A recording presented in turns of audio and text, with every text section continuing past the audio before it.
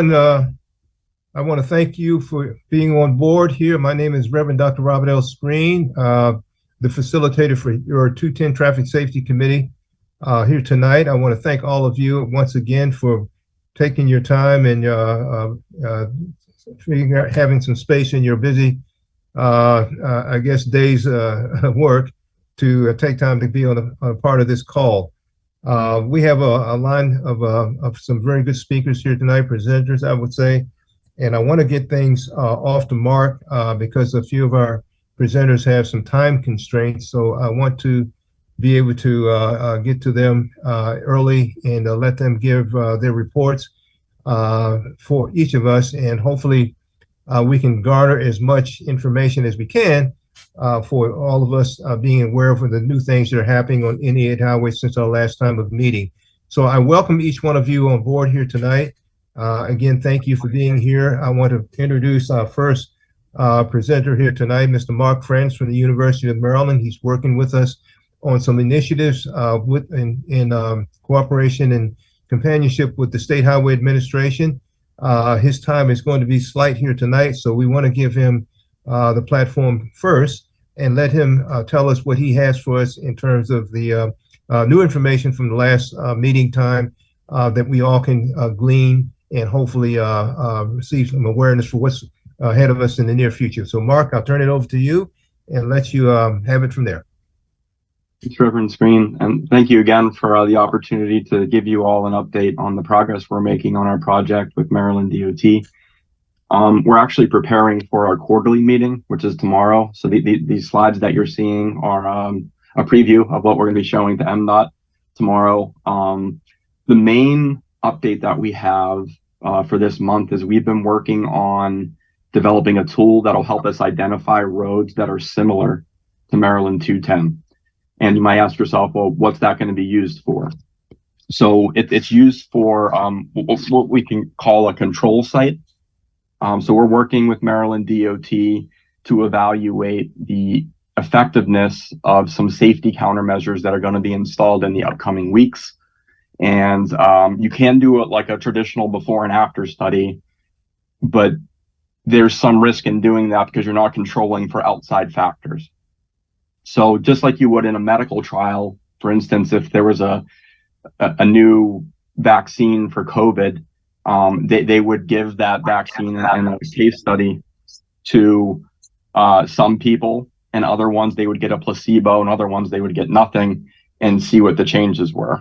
So we're going to be installing these countermeasures on Maryland 210, and we want to the best of our ability, ensure that the changes we're seeing in travel speeds and other safety measures, that it's coming from the countermeasures and not from some other random source out there. So we want to find sites that are as close to Maryland 210 as we can. Those sites will serve as the control sites, being that they're going to continue to operate as they are right now without the countermeasures being installed, so that we can control for these types of factors. So we get data at a very good resolution, travel time and speed data across the state of Maryland. So you can see this dashboard, each of these individual line segments. We get data on every single minute. So each minute we get a speed and travel time reading. It's called vehicle probe data. It comes from cell phone and GPS systems. And then what we did is we defined, yes, got a question? I think it might have been some feedback, Mark. Oh, okay, sorry about that. Yep, I'll continue. But yeah, if you do have a question, feel free to interrupt me, no problem. So basically what this dashboard does, so this is the target area for the countermeasures on Maryland 210. Near the 228 intersection. And then what we did is we defined several different factors to compare Maryland 210 to other sites. So we look at things like functional class is a way that the Federal Highway Administration defines road classes based on functional class 1, for instance, is like interstates and freeways. And then functional class 2 is other highway facilities. And then it goes to arterials and collectors, and then down to local roads. We also look at the number of lanes, what the speed limit is, what the reference speed is. That's actually the speed that we collect during the overnight hours when the motorists are able to drive at the speed that they feel is safe and comfortable. We also look at the number of traffic signals per mile, the intersection density basically. signalized intersection density, the average annual daily traffic, which is an estimate of how much volume is on the road on a given day, and then how much that AADT changes along the road. So there's several segments here, and you guys are probably aware 228 is a major siphon off of Maryland 210. So the volume on the northern part is quite different than it is on the southern part. So we're trying to consider that in control site selection, and then just general access points, both in and out. So these don't necessarily have to be the signalized intersections. It could be a stop sign controlled, yield controlled, entering onto and off of Maryland 210. And what the dashboard does, and these are just screenshots, but it's an interactive, you can click on different segments if you want to focus. And we use this metric, and I won't get into the details, but it's a statistical method called the Gower distance. So the shorter that distance is means it's more similar than the others. So this is what it looks like when you're looking at the entire stretch of Maryland 210. But if you come in and zoom on one particular segment, as you can see here, what it does, it'll zoom into that, and then it'll re-rank the sites that are eligible for the control site. So there are many out there that are very, very similar to what we have on Maryland 210.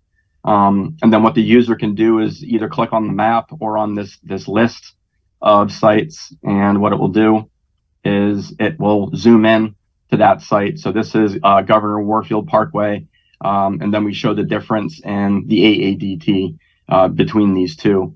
So this is something that we're working on putting together, and once we down select some of our control sites, we're going to share them with Maryland DOT probably in the upcoming weeks, and get their feedback if there's any additional ones that they want us to include in our control site measurement. And then once the countermeasures are installed, which again, we're expecting that in the next few weeks, we're going to get all the data that we need for the before period. We're going to look at 6 months before the installation of the countermeasures, and then 6 months after, and compare things like what was the average speed with and without the countermeasures, what was the crash rate with and without the countermeasures, and go through each of those metrics and see what the overall safety performance was due to the installation of those countermeasures.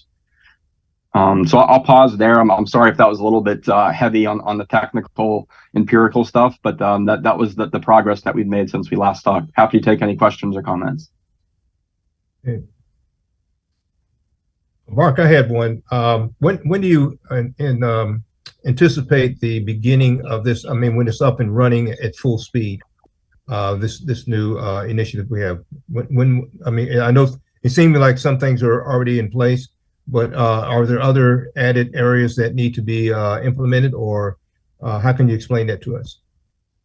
Yeah, at this point, we're kind of just waiting on the countermeasures. So they're putting in some what they call like flex posts and quick curbs on this portion of Maryland 210, and they're also narrowing the lane width from 12 feet to 11 feet. All of those in combination give the effect of kind of the tunneling effect, where the lanes get narrow, and it tends to drive or to have motorists drive a little bit slower than they would otherwise. So once those are installed, we're going to that'll officially kick off our before and after study, because we'll have that kind of milepost set down saying this is the date that we installed. We'll go back and say here's what the data looked like 6 months ago, and then as time rolls on, each month that goes by, we'll update our analysis, because 1 month next time that we meet, we'll hopefully have about 1 month of data for the after installation. And then we'll get 2 months and then 3 months, and we'll continue to do our comparisons of those metrics, like the change in speed, the change in crashes, the change in near miss crashes. All of that will be included in our analysis. So I think that we might have some initial results to share with you in the next month or two. It'll be based on 1 month of before and after, and then we'll build that up over time. Gotcha. I think I have a hand here. I think it was Herb Jones and then Joseph Tarpini. Yes. Good evening, and thank you for that information, Mark. What do we know about how these measures have performed in other jurisdictions? What can we anticipate? Yeah, so we did a literature review on all potential countermeasures, including some of these flex posts. And what we typically see is, They use average speed, which can be telling, but they on the average speed would be around like a 1 mile per hour decrease. But we're going to look at other metrics because we also want to control for the more extreme speeds that we get, and we want to see if we can bring those down as well. So we'll do the best we can to look at how the extreme values are also changing because of these countermeasures. But in the literature, it's usually been about 1 mile per hour in the average speed is what we typically see. Thank you. Okay. We have several questions. I'm going to go right quickly. I think Joseph Trapani was next, Sandra Hall, Mr. Bella Woods, and then have Mr. Zeno Sear. Joseph Trapani, you may go ahead. Yes, good evening. Thank you, Reverend Dr. Yes, thank you, Reverend Dr. Screen. This is Joseph Trapani. Mr. France, about your 6 month before control, 6 months prior to say October would make it April, when the weather is, spring, end of winter, spring, people are out and about exercising their vehicles. Is your control going to always go, your before always going to go back to that 6 month? Is it a moving window of 6 months, or is it a static? It's going to be static, but you bring up a good point about the weather and temporal variations. So we're going to also consider that in the control site. So the days when there's significant precipitation, whether that's snow or rain, we're going to be careful that, when we measure that, do we include that in our analysis? Because it might be raining at Maryland 210, but not at the control sites. But we have different weather data sources that we can bring in and make that determination. And the dates and time ranges where there's differences in the precipitation are ones that we don't want to include in a speed analysis. For instance, if it's snowing or raining or ice, then we'll probably just exclude those chunks of time from our analysis. Well, it just seems with 6 months, if you used a year back, you'd have more comparable conditions and not have to exclude as much. But what you're saying is you're just 6 months static. Right, and it's partially because of the typical period of performance that we have for Maryland. Usually 18 months is the max that you can get. And we're making a couple of data purchases. And to get a full year of data before and after, it was just outside of the scope for the budget for this project, unfortunately. So we're trying to do our best with what we can work with. It's not ideal, but we're going to try to cover it. Okay, thank you very much, Mr. Frank. Okay. Yeah, good point. Thank you. Okay. I want to answer a question. I had a question from Mr. McPherson. Wanted to know why we're taking questions now when we normally don't. Mr. France will not be here for so long a period of time, so I wanted to have the questions to be able to get to him before we get into our regular routine of other presenters. So Mr. France will only be here before a little bit before 7:30, and he has to go. So that's the reason why we're altering our normal flow of presenters. So I'll go right here to Ms. Sandra Hall is next, and then I think Mr. Mello Woods, and then Mr. Zeno Sear. Good evening. Thank you, Mr. France. I have maybe 3 questions. What type of camera do you know will be used to gather the data? Because that's going to determine the output that you're looking to. Right. Yeah, so the data that we have access to doesn't actually require any cameras. It comes from a third-party data vendor, and they get that from cell phone traces and GPS systems. That's where we're getting our speed data from. We have been working with Prince George's County Police, and I thank you all for putting us in touch with them. Captain Jason Smith has been working with us and sharing some of their automated speed enforcement camera data, which I think you all are aware there's some issues with that, and they're in the process of trying to find a new vendor. So we're trying to help Captain Smith actually make that case by comparing the speeds that they're getting from the cameras to other sort of tried and true ground truth data sources to show those differences. Okay.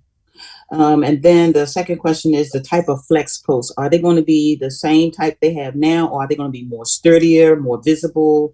And then will they will the Maryland Highway Administration demark the lines, like yellow lines, highlighted lines, like they do in DC. I mean, they have flex posts everywhere. You're talking about controlling your speed. Go on Alabama Avenue, go on Willow Road. You'll see these huge flex posts that look sturdier. And then you have these yellow lines that make sure you stay where you're supposed to stay. Are they going to have that type of high level of enhancement on the road 210?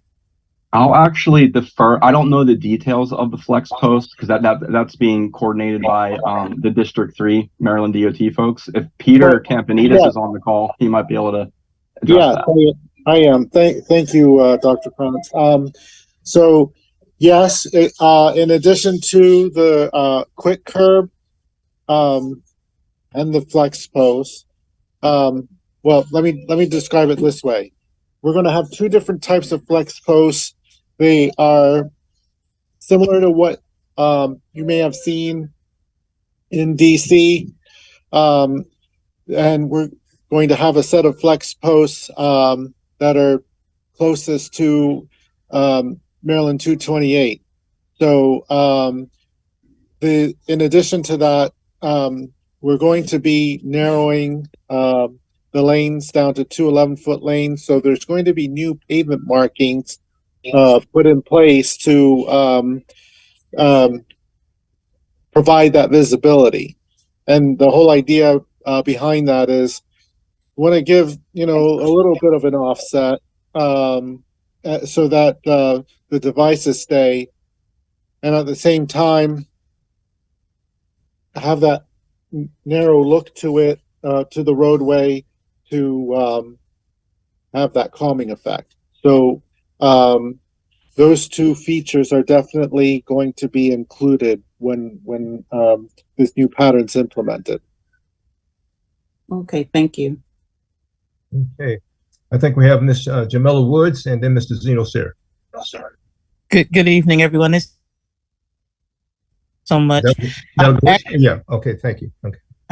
Actually, Herb and Mr. Trapani kind of asked a combination of my questions. I wanted to get some clarity with regard to the impact of the seasons and with regard to previous studies, because, we all know that the impact of the seasons, winter, spring, summer, fall, that we see different activities that impact travel.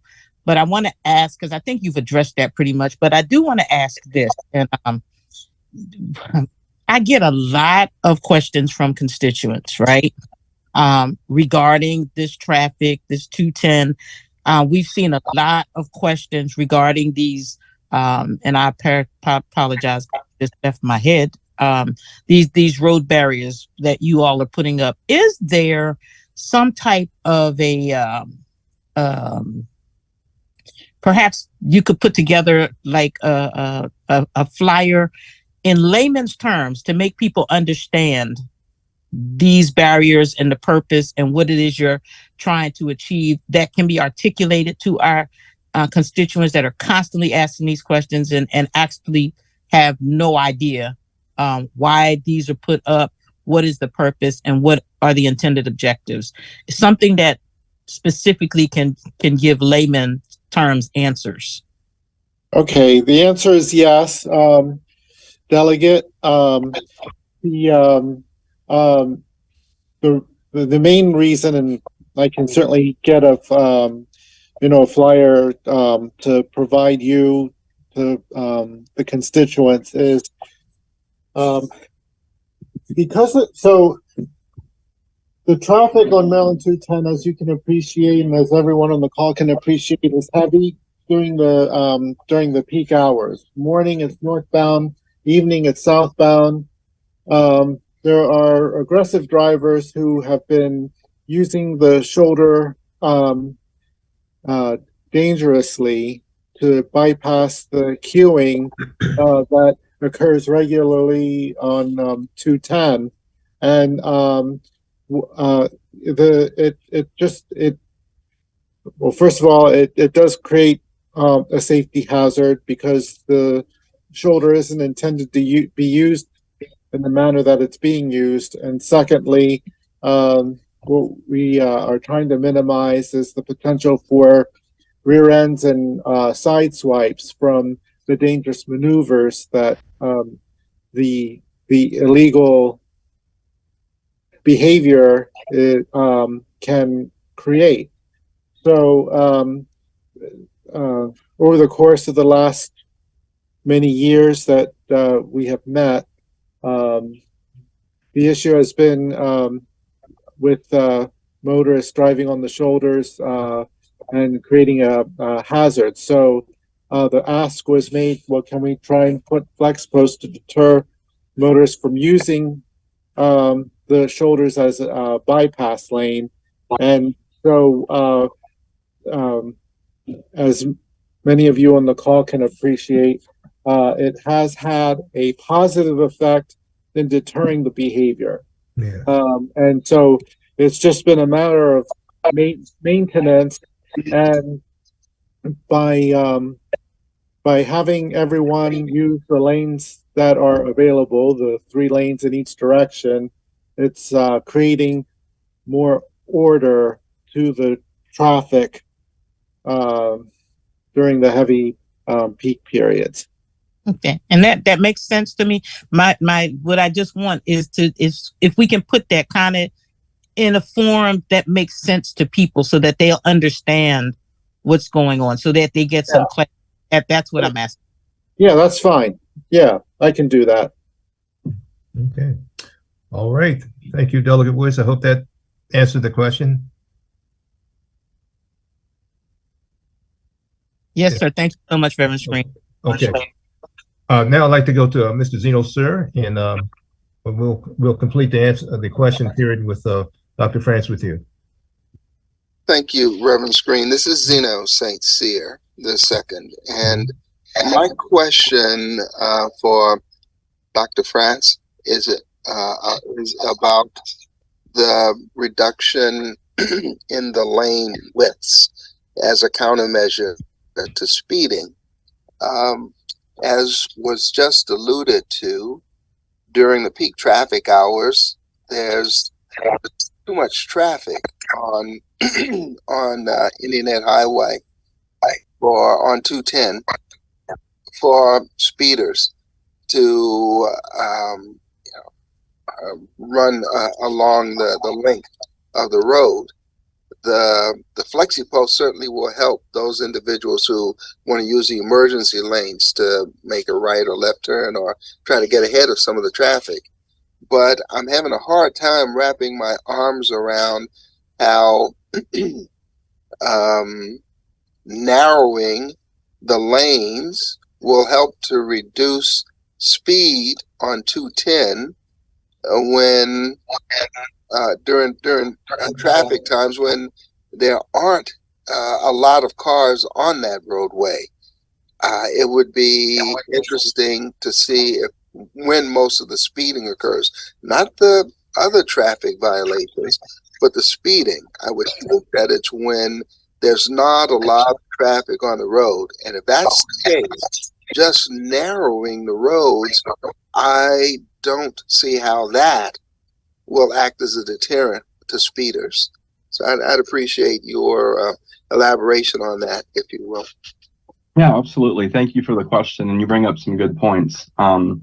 Definitely, this analysis, which is aimed at mostly reducing speed to improve safety, we have to be careful about the hours of the day and the days of the week. So, your AM and PM peak periods, we don't really do a speed analysis because people aren't free to choose their speeds, as you said. So, and we've looked at the data, and it does tend to happen during the overnight hours, and it's increased even more on Fridays and Saturdays. We're seeing so far, as you might expect. So, with your question about narrowing the lane widths, how does that reduce speed?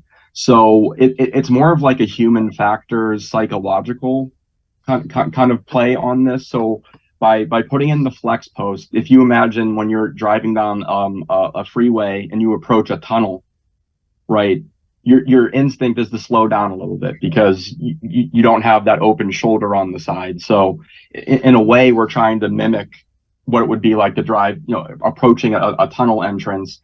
And most people, studies have shown that when they have the ability to choose their own speed during the non-peak hours, they tend to slow down when they perceive that the lane widths have gotten lower. How impactful is this going to be? I think the average driver will react to this and probably slow down some. We've seen measurements of speed on this road of 170 miles per hour. Those people don't care about the lane widths. I don't think that this solution is going to approach them. I think that has to probably be done by, enforcement or some other strategy, but we're trying to tease that out of the data as we receive it. Okay, thanks a lot. It'll be interesting to see what the results of your study are 1 month to 6 months down the road. Yeah, I'll definitely be at these meetings and in the future, and we'll provide some updates, because I think we're getting close to actually the installations and initiating the before and after study. Everything we've done to this point is sort of preparing for that event. Well, Dr. Frantz, we want to thank you for your time. I know you've extended your time to answer questions, but we thank you for it all. I think it's been very enlightening to all of us. So again, we welcome you in all the months that you can give us every time that we can have you on board. Everything you're doing is for the enhancement of safety for this highway. So we're all appreciative to what you're doing, and applaud you in all of your efforts. So thank you so much, sir. Thank you for the opportunity, and I'll talk to you all next month. Take care. Okay. Thank you, Dr. France. See you tomorrow. Yeah, Thanks. see you here. Bye. Thanks. All right. Sounds good. We also have tonight with us, I believe, Miss Regina Ali, who's also going to have a time type of abbreviation in terms of her ability to be with us here tonight. But I want to get to Miss Regina Ali, who's our AAA public relations representative for the East Coast here. She always has some very good insights in terms of traffic information I think we all can glean from. So, Miss Ali, I know your time is slight, but if you have any words of insight or new data for us in the audience, we'd like to give you the opportunity to speak to us now. So I'll turn it over to you. Good evening, everyone. Thank you, Reverend Screen. I don't have much to share since our last meeting. I will mention, and I believe, I don't know if Ron shared it or if maybe it was John Singh from the other group, the Maryland Roadway Safety Group, but we were all able to be included in a pretty nice story that the Capitol News Service wrote, and I mentioned it last time on the call that they had interviewed me about what we were seeing with traffic fatalities in the state of Maryland, and that unfortunately we're not heading in a good direction. And in speaking with the reporter after this call, I thought it would be great for her to have some additional insight from Reverend Dr. Screen, from Ron, John Singh, and actually we all ended up being quoted in the article. So yes. I think that was a great opportunity, great partnership, and again, getting the word out and highlighting the dangers that we're seeing on our roads, particularly in Prince George's and Montgomery County. So I appreciate you for speaking to the reporter and helping to shed some light on what we're seeing across the state. I will say at AAA, we are obviously, this week is Teen Driver Safety Week. It's also on Saturday is National Move Over Day. So AAA is working to help get the word out about the move over laws, not only here in the state, but the law, as you probably know, expanded here in Maryland last year to include slowing down and moving over, not just for tow trucks, not just for our first responders, which obviously AAA was very much at the table in these incremental steps, but the law now also applies to drivers at the side of the road if your vehicle becomes disabled. That law also took effect in Virginia earlier this year to expand it to drivers. So as part of our messaging and bringing awareness to that issue over this week, we will be highlighting Virginia's law as well as Maryland's, particularly in the DC region. I do have some media interviews scheduled coming up this week, again, to highlight that, helping to keep our first responders safe at the side of the road, our tow truck drivers, and of course, drivers. So we're looking at that. Something else we'll be putting out next week for AAA will be Halloween safety. We see that the weekend leading up to Halloween is a very dangerous weekend on our roadways as it relates to impaired driving. So we'll be getting some messaging out about that as well as daylight saving time ending and the fact that it's getting dark earlier and the risks that come to drivers and pedestrians as it relates to the change in the time. So that's something we'll be highlighting. And something else we've been seeing a lot of, and we've got a lot of press coverage out of it, was the amount of deer on the roadways and vehicles striking deer. So unfortunately, these are all things that contribute to the dangers on the roadways, the dangers that we all face. So just a little bit about what AAA will be highlighting in the next few days and in the coming weeks. Well, we thank you, Ms. Ali, for taking that time to give us these insights. Each one of them are some noteworthy things we all need to glean and to enhance as we drive. I know myself, the deer issue, I had an encounter a few years ago, and this is something no one wants to have to deal with, but they're very fluent this time of year out there in number. So we're going to take all of that, all that information and glean it for our personal use and for safety. Sure. So we thank you so much for taking time to give us these insights, and hopefully we can get you each month or as many months as we can on with us here. Absolutely. You're more than welcome. I can hang on for a few more minutes. I have to go pick up my daughter in a little bit, but I'll hang on. If anyone has any questions for me, I'm happy to try to answer them. Okay. Are there any questions for Ms. Ali at this moment?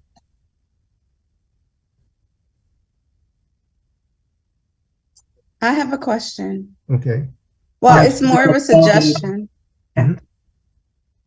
So, when I was a kid, like I remember seeing a lot of anti-tailgating campaigns and education about like the risks of when you drive so close. And I didn't grow up in this area, but I find that a lot of people ride your tail and they don't understand how much you're risking that person's life, because if I stop suddenly, if they're too close to me, they're more likely to hurt me. So has AAA considered a campaign to re-educate folks on how dangerous tailgating is?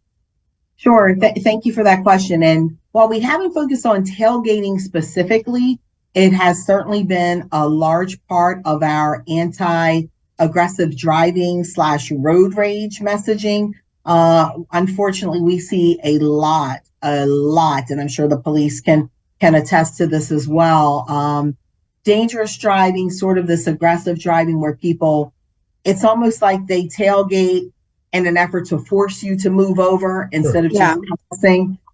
So it does come up a lot, particularly, I hate to say it, if there's an incident where there's road rage involved or, God forbid, a shooting or something. So we certainly do incorporate it in our messaging a lot, not only as it relates to aggressive driving, also as it relates to winter weather driving, which that's another thing, Reverend Screen, I forgot to mention. Yes. We'll be highlighting sort of our October car care and beginning to get your car ready for winter weather because it's right around the corner, right? Yes. So we do incorporate tailgating and keeping a safe distance in a lot of our messaging regarding weather related, making sure you keep a safe distance, making sure your headlights are on, all of that. And as well as with aggressive driving, a full-blown campaign, probably not likely, but we certainly do incorporate it whenever we can. Thank you. Okay. Sure, you're welcome. Thank you for the question. Yes. Well, again, Ms. Ali, we thank you so much for giving us your time and your insights, all valuable. And again, as I said again, we invite you each and every month, and I know you're a busy person, but we certainly glean We a all lot. are, unfortunately, right? Yes, we glean a lot from what you have to tell us. So Thank you, sir. thank you so much. I know your time is tight, so we want to honor that. But again, the door is open for next month and all months you can give us. Yes, sir. Thank you so much. Thank you. Everyone have a nice evening. I'll hang on for a little bit. Okay, you bet. We want to now go back to our normal routine we have in terms of our flow. I want to introduce our new Assistant Commander, Captain Philip Martin, who is coming on board here to do the normal info in terms of the information from the last 30 days or whatever information he has in terms of the police cruiser stats and reports. But also, unfortunately, I will leave it to Captain Martin to tell us about, unfortunately, the incident we had yesterday in terms of our second fatality for the year that occurred here on Indian Highway at Old Fort Road South. So, Captain Martin, I will turn it over to you, sir, and let you give us your presentation for each of us from your district position over the traffic safety of our highway. So, sir, we turn it over to you.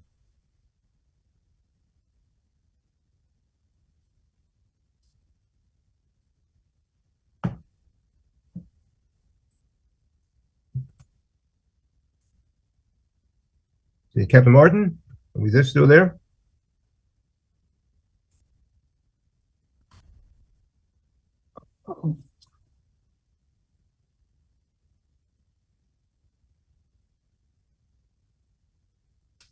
I don't know if we have an audio. If he's on mute, he can do *6 or just hit the mute button. Let's see. I don't see that he has that on. Doesn't appear to have that on.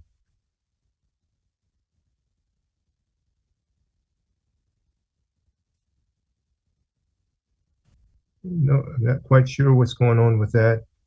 Wait a minute, here we go. Let me see.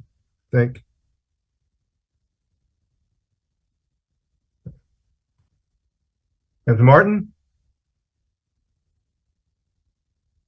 Okay, I think we're having some technical issues with him on board here.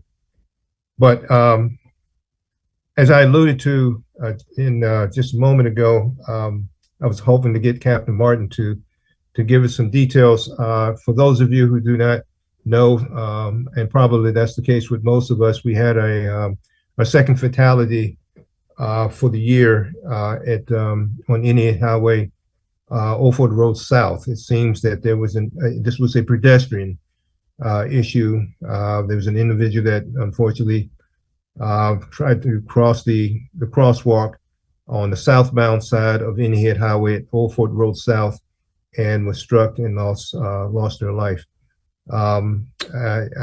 It's always a sad story when we have to report such an incident.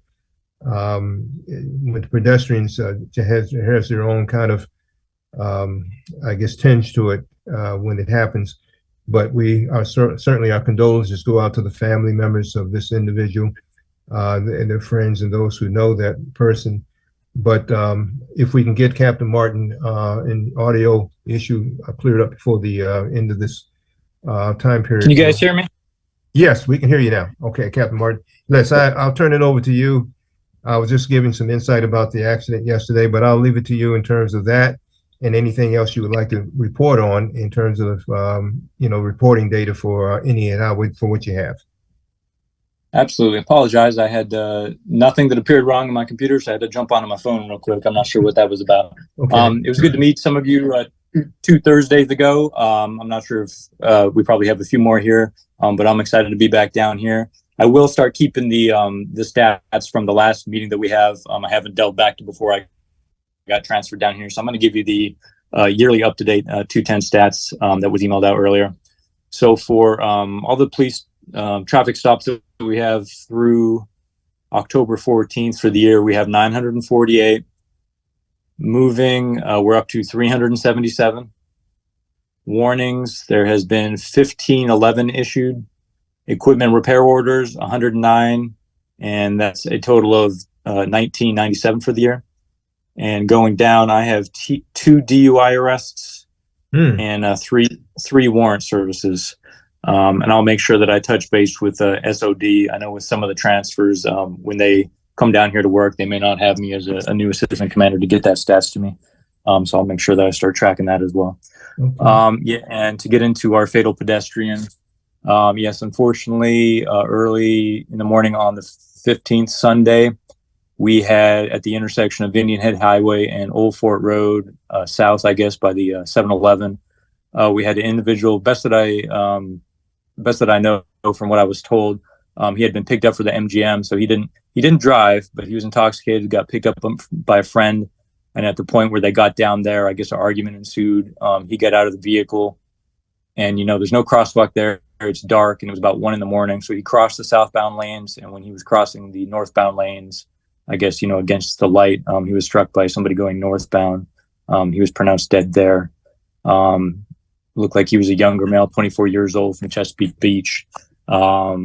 Suspected any alcohol for the driver. That's negative, but suspected yes for the pedestrian. So unfortunately, that just occurred on Sunday.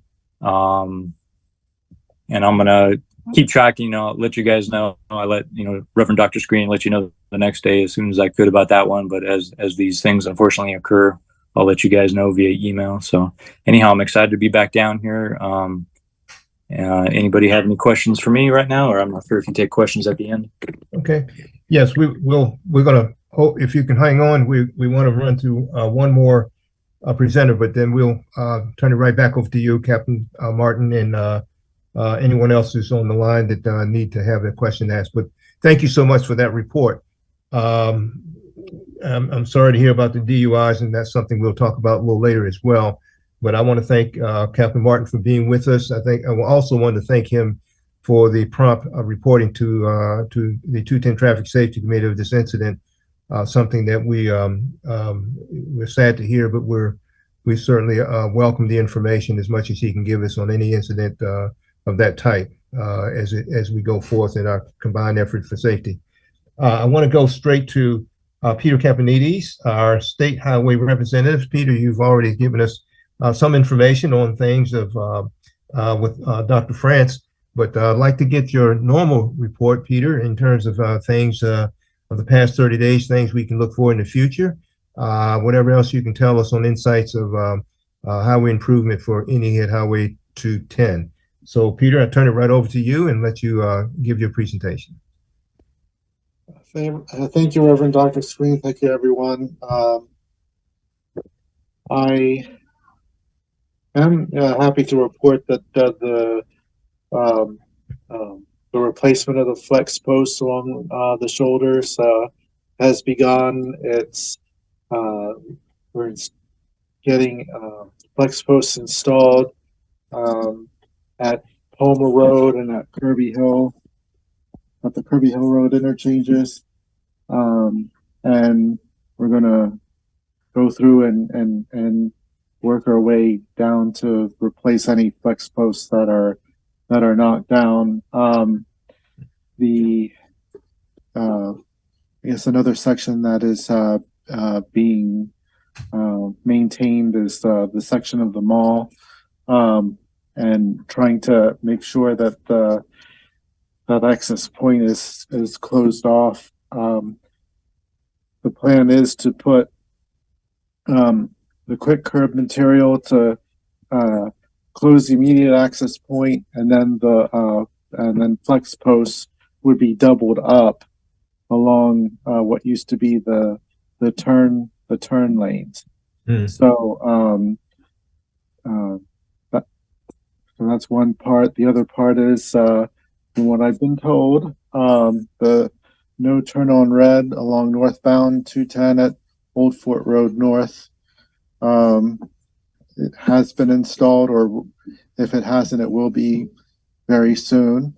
I haven't had a chance to go down there recently. What I am looking at is sometime this week or early next week, meeting with the maintenance team on implementing the measures that were discussed to be implemented along that section of 210 between the Charles County line and Maryland 228. And I guess just lastly, Ron emailed me yesterday about the fatal crash that occurred with the pedestrian. Um, it's very frustrating, very, very frustrating. When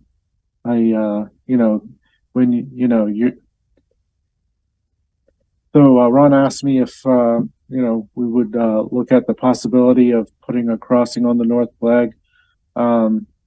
We'll take a look at it, but typically at that intersection, there isn't that much in the way of pedestrian activity. But we'll certainly take a look at it and see where the crossings may be occurring, and we'll see how what the analysis or how it shakes out. So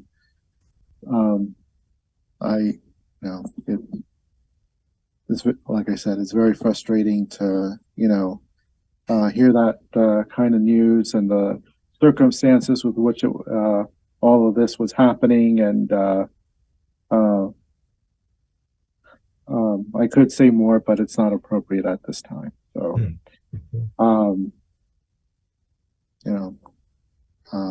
that's really much all I have for now. Okay.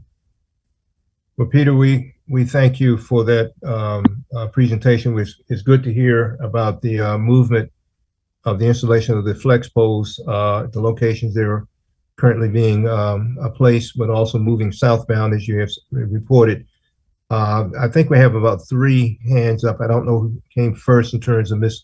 Sandra Hall and Ron Weiss, and then Mr. Herbert Jones. But I just want to, before we take the first question, I don't have any current data for the speed cameras. I'll just say this: is we talked to Captain Smith last week, as a matter of fact. The data he had received from the contractor was somewhat incomplete. I think that's why I don't have it. But at the same time, it's almost somewhat frustrating in that the data that we were getting that would have gotten would have been for the month of August.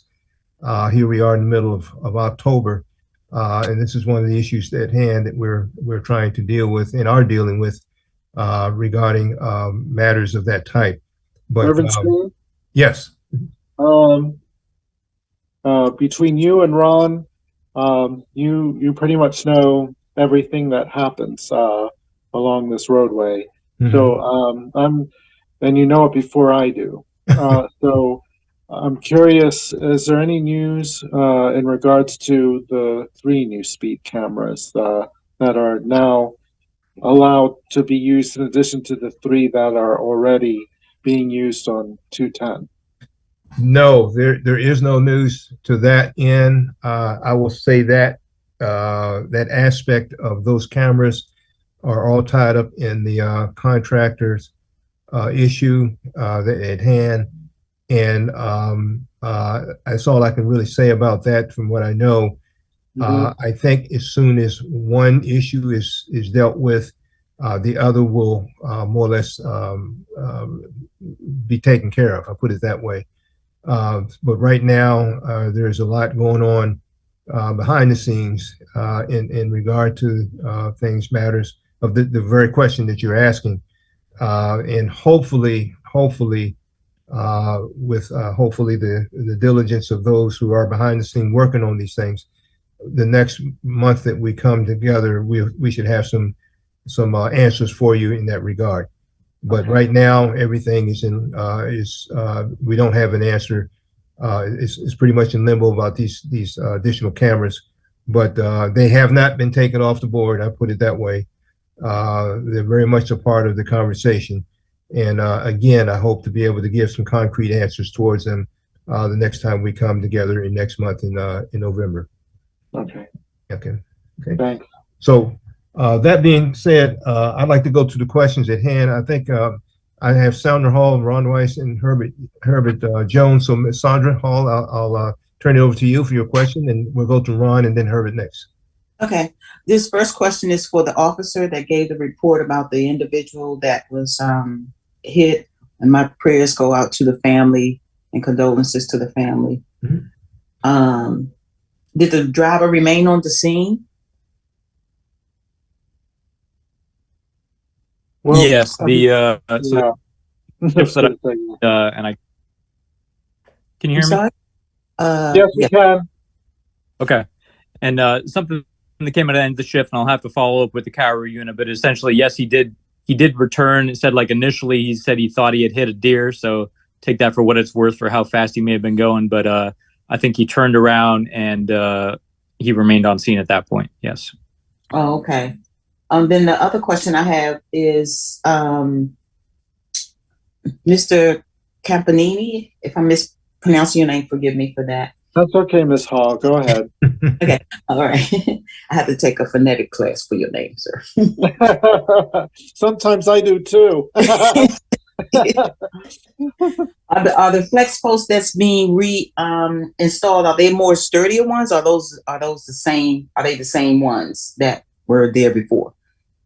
They are the same ones. I did mention to the maintenance crew, what all of you have shared with me in terms of the preferred material.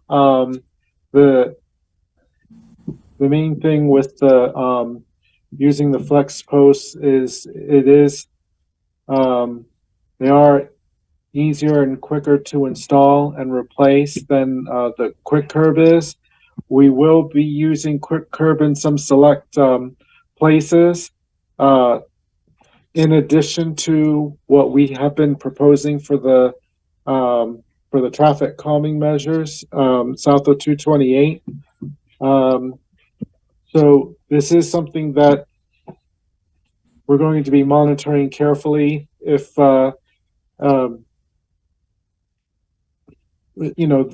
I think the one other section that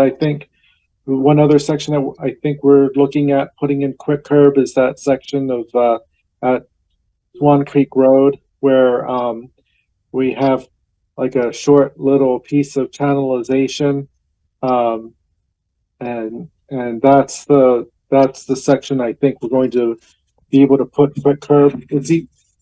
We're talking about short segments. It's okay, but in trying to implement these in longer sections, that's when it gets to be more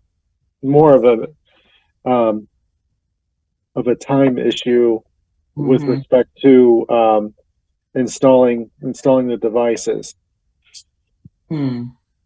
Okay, because you can see how quickly the others have just kind of disappeared. You know, it's unfortunate, but they seem to have disregarded them. Yeah, and that's a thing. Now under normal circumstances, the shoulders are used primarily for emergencies. Unfortunately, that's not the way drivers on 210 are using them. Yeah. And this is and I'm sure for those who do not attend the meetings and for the elected officials who are present at the meeting, having that information for why are all these on the shoulders, just knowing what the typical purpose is, and then having to see all this unusual these unusual devices go up in the manner that they're being used. This is highly unusual. At the same time, I also understand and appreciate the character of this road and what it's worth. They are having the intended effect. I need to have a much larger discussion with internally within the State Highway Administration to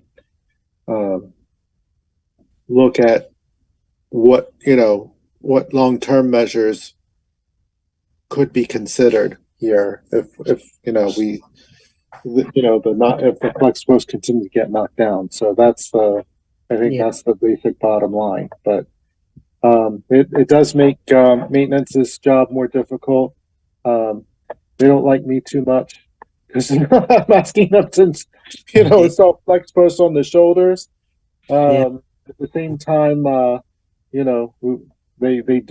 have had a positive effect in deterring the behaviors that we've been seeing.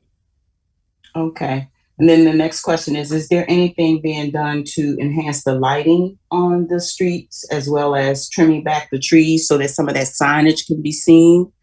Because some of that is covered. I know it's getting cold and leaves will fall, but some of those leaves are not going to fall and the signs are still going to be covered up. Thank you. And that's a good point. At this point, we aren't looking at installing additional lighting.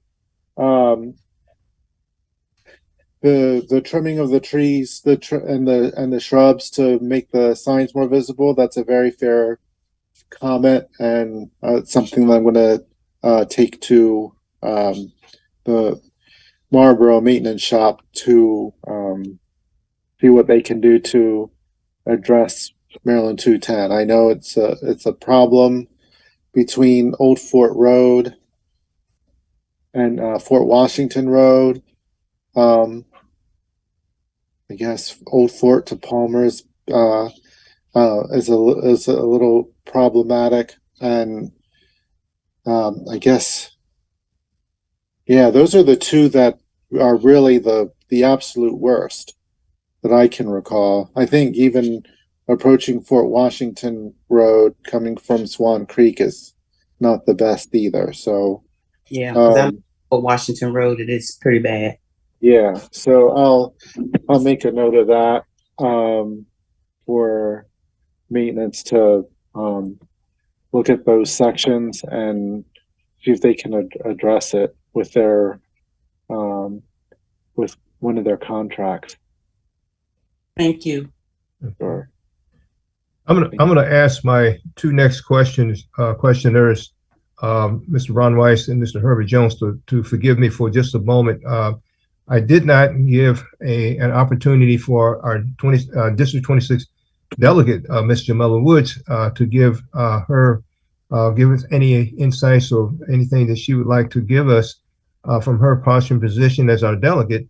Forgive me, Ms. Woods, but I'd like to turn over to you if you had some words of insight, wisdom, whatever it is that you would like to give us to our audience.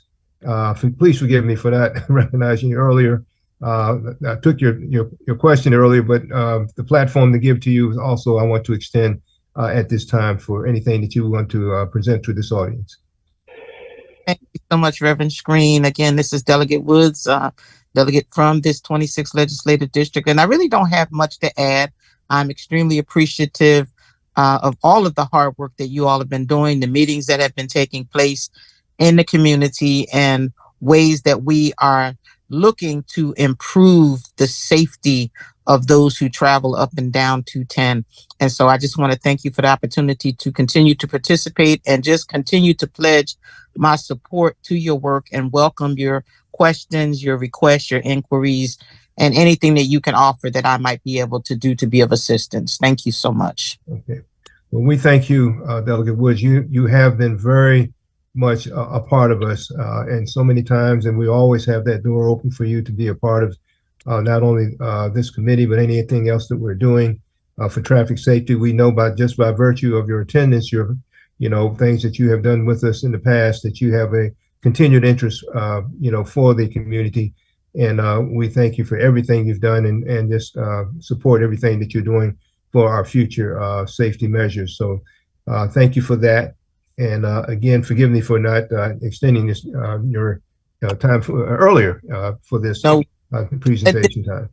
There's one thing I forgot to mention that quickly, and that is if you all would please mark your calendars on November 8th, we'll be having another 26th District Dialogue, and I'd very much like to talk to you all about, as a matter of fact, when I asked about the flyer, that's one of the things that we have in mind. I want to talk to you about how we can include the traffic safety questions regarding 210 during our November the 8th meeting. And so I hope to have an opportunity to speak to you offline a little further. And also, I know you all talking, and it really applies really to 210, and that is about this whole Wilson Bridge toll lanes and how that will affect. So kind of just want to be able to give people some kind of an idea of what's going on. And as I said, in layman's terms, because I get a lot of requests Mhm. and people just don't understand a lot of the information. So thank Okay. you. Yes, absolutely. One question to you, Delegate Woods, where would this meeting be, the November 8th? The November meeting will be at the Oxon Hill Library again Oxon from Hill Library. Okay. 6:45 p.m. in the large auditorium. Okay. Thank you so much. God bless. Okay. Now we're going back to Ron Rice and then Herbert Jones. Each have some questions, I believe, for Peter or Officer Martin, Captain Martin, whatever direction your question comes from, Ron. I understand, Ron. We're taking a look at it, though. I just don't, yeah, I am. And like everything with state highway, it's not going to happen overnight, unfortunately. So that's the, that's the other, I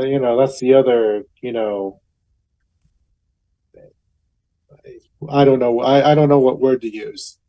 It's not, it's if it did meet, it's not going to be quick.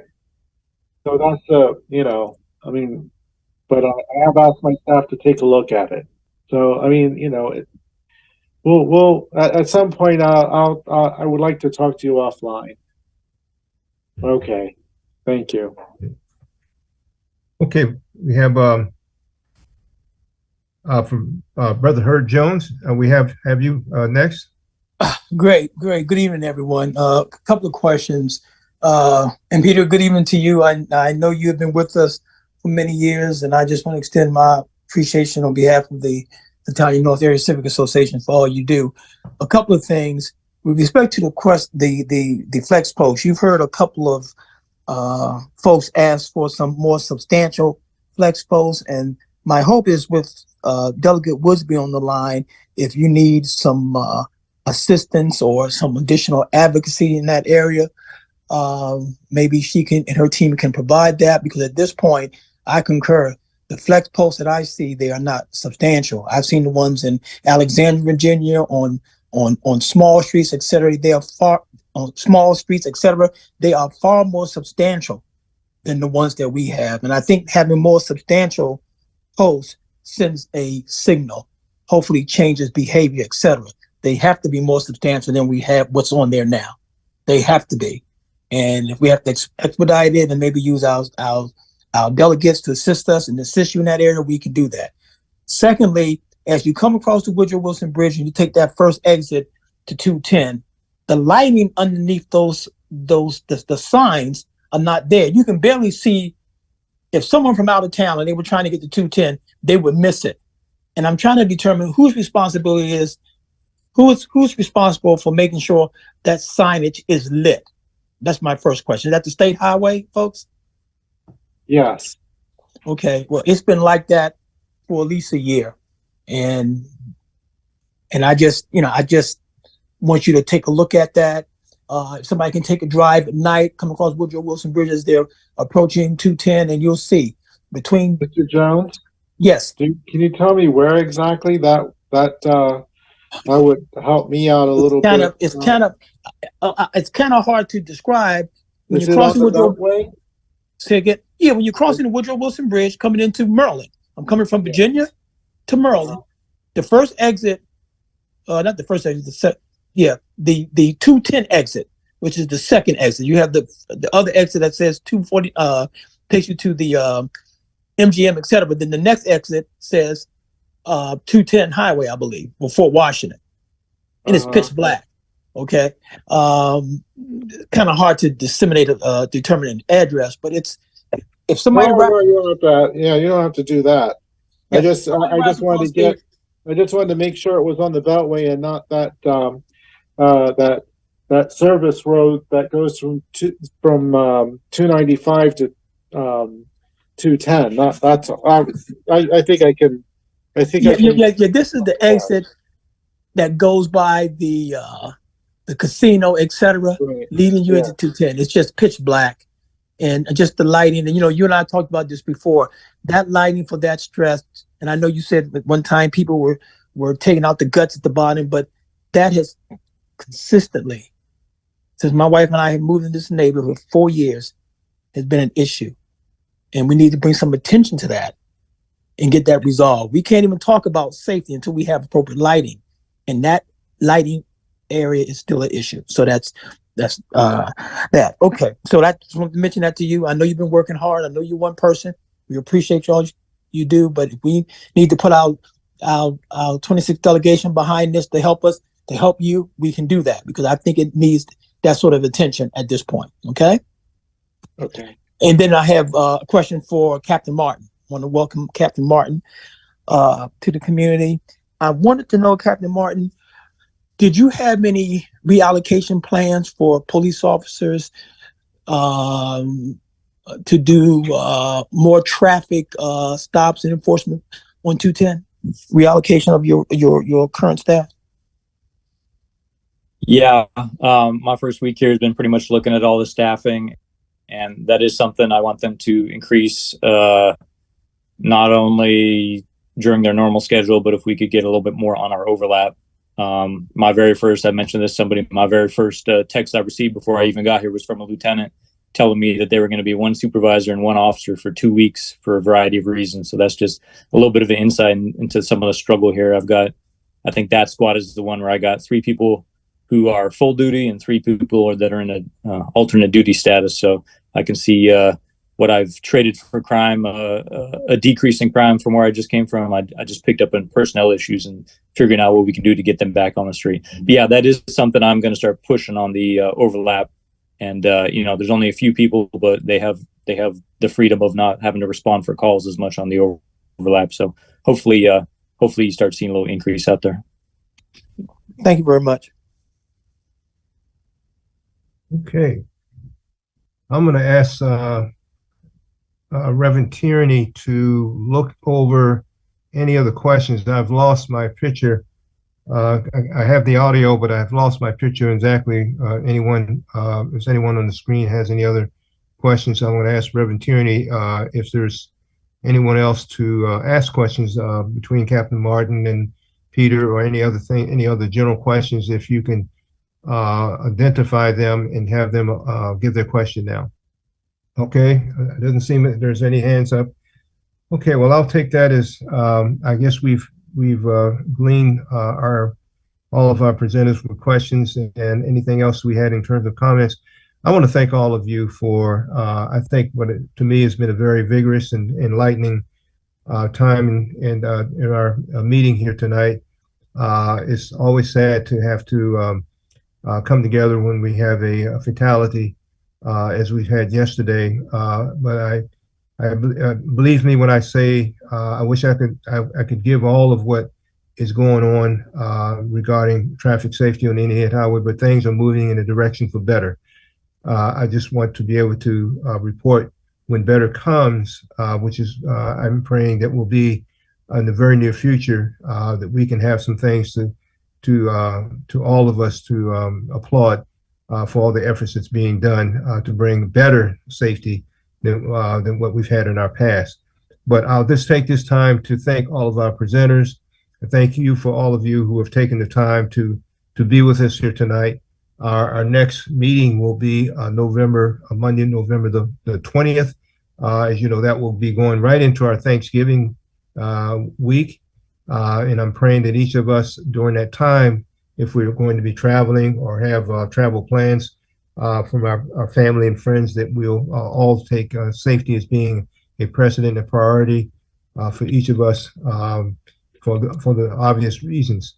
So, but in the meantime, I'm just going to pray that each one of us will enjoy not only a good evening tonight, but a next good time period between now and the next time we meet together, and pray the Lord's blessings and covering of safety and security be with each one of you, for you and your families.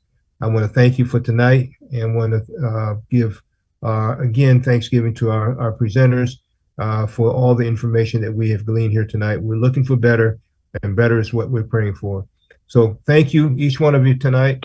God bless, And we pray to see you and pray to see you and hear you on November the 20th. Thanks again. Good night. Good night, everyone. Take care. I would have thought that would have ended with an amen, Reverend Screen. I'm sorry? Amen.